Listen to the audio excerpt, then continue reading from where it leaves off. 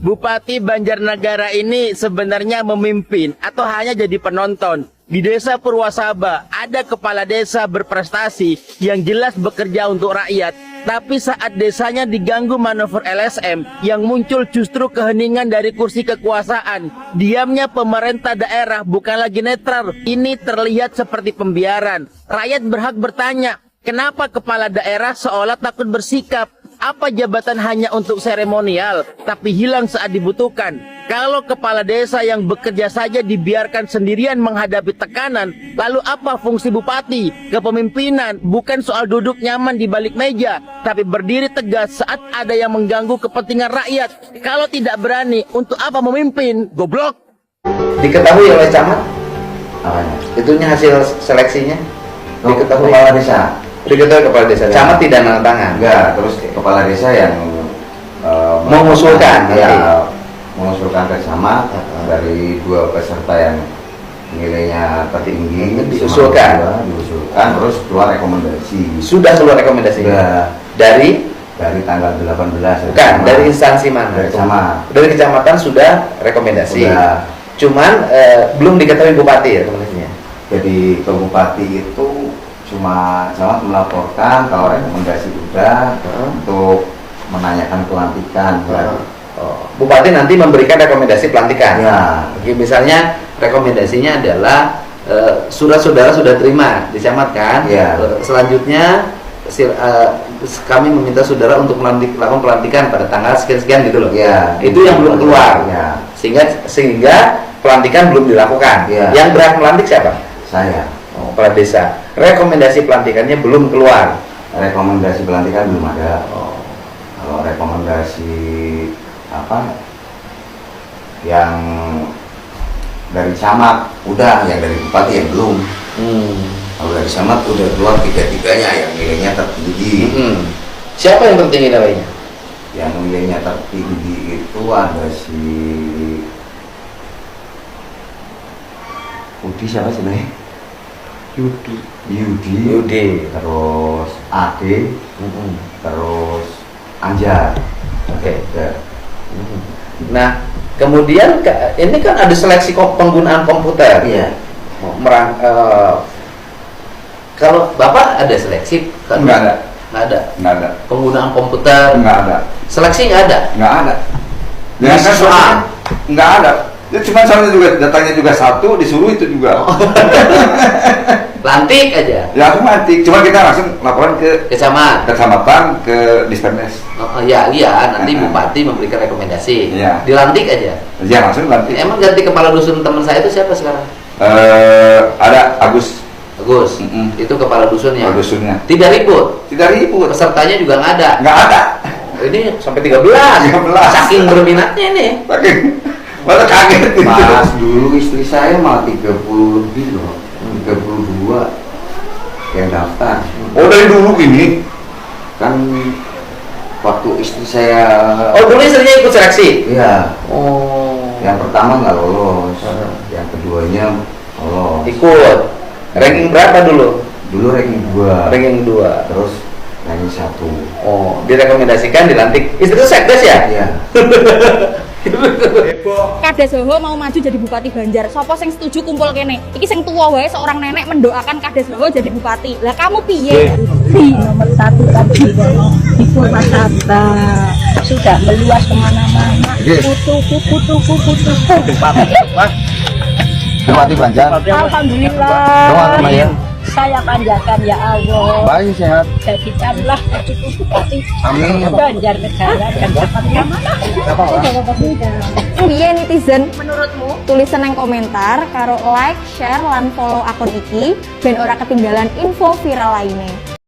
Ada seorang kepala desa dianiaya oleh ormas. Siapa lagi kalau bukan Kades Hoho, Kepala Desa Purwasaba, Banjarnegara, Jawa Tengah. Sampai kacamatanya pecah, bajunya robek-robek, atributnya pada lepas. Semestinya hal itu tidak terjadi, dikarenakan aparat kepolisian, penegak hukum ada di situ. Kenapa kok masih dibiarkan? Katanya polisi itu presisi dan reformasi. Kok kejadian seperti ini ya dibiarkan? Serta adanya kejadian tersebut, Kades Huho menuntut, minta keadilan, ya, penegakan hukum. Kades Huho menyampaikan Kapolsek, Kapolres, Kapolda, Propam, dan Kapolri untuk mengusut masalah ini sampai betul-betul berpihak kepada kebenaran. Dari sumber yang dihimpun ternyata ada struktur organisasi kepemerintahan di desa itu yang kosong. Melalui tes seleksi, Kades Huho meloloskan atau yang diluluskan adalah orang yang mempunyai kompetensi atau nilai yang tinggi. Ternyata ada ketidakpuasan dari pejabat setempat, keluarganya yang ikut tes tidak lulus, gitu loh. Lah wong orangnya bodoh, nilainya tidak tinggi, suruh meluluskan. Kalau lulus nanti ya jadi sumber korupsi juga. Aneh ya di Indonesia ini. Ada pemimpin bagus yang berpihak kepada rakyat aja masih dianiaya dan dibiarkan oleh penegak hukum kepolisian setempat. Mudah-mudahan kejadian ini tidak terulang lagi di kepala desa dimanapun kita berada. Kasihan, setahu saya ya, dari konten-konten ya Kades Huho, dari pembangunannya, dari pertaniannya, dari infrastruktur, dari peternakannya, dia itu berkorban demi untuk desa Purwasaba di Banjarnegara dan sangat bagus. Bahkan tidak sedikit warga masyarakat Jawa Tengah itu yang menginginkan gubernurnya itu diganti Kades Huho saja, katanya begitu guys. Coba apa pendapat kalian, silahkan ya, Anda like, komen, share, dan Anda favoritkan. Bagaimana menurut pendapat kalian? Kades Huho kemarin dikeroyok oleh LSM. Ini kejadiannya pada saat penjaringan akan memilih perangkat desa. Jadi penjaringan perangkat desa ini melakukan suatu ujian di balai desa. Ternyata pihak dari anggota LSM ada satu orang yang mencalon, dia tidak lulus. Akhirnya si pihak LSM ini marah, ingin menyuruh katanya kita ulang lagi ujiannya. Nah, sedangkan Kades Huho ini bertahan. Kades Huho tidak mau mengulang ujian kembali. Dikarenakan katanya tidak adil jika diulang kembali karena nilai-nilai yang lain sudah tinggi, sudah mencukupi, bahkan sudah tinggal diumumkan bahwa yang akan menjadi perangkat desa tersebut. Nah, ini berebut ini gara-gara cuma jadi perangkat desa akhirnya terjadi pengeroyokan. Pihak LSM ini sebenarnya mereka ini ingin mereka yang berkuasa di tempat tersebut, sedangkan yang menang mereka itu dalam ujian nilainya kecil atau rendah ya.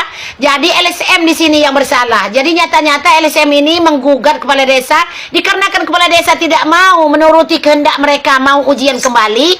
Akhirnya LSM ini mengeroyok. Di dalam aula tadi mereka membabi buta mengeroyok, ada beberapa orang yang berdiri dekat dia ini marah. Ada yang bagian belakang, ada yang meninju bagian samping, bagian kanan, bagian depan. Pokoknya dia itu sakit badannya, tubuhnya. Pada saat itu kejadian pengeroyokan ada polisi. Yang diherankan oleh si Huho, kenapa pihak polisi tadi langsung tidak melerai? Dia kan sudah sakit dipukulin ya.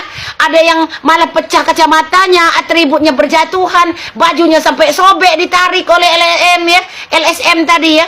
LSM ini sebenarnya ingin sekali menjadi perangkat desa, namun dia setelah ujian nilainya kecil, mau diapain?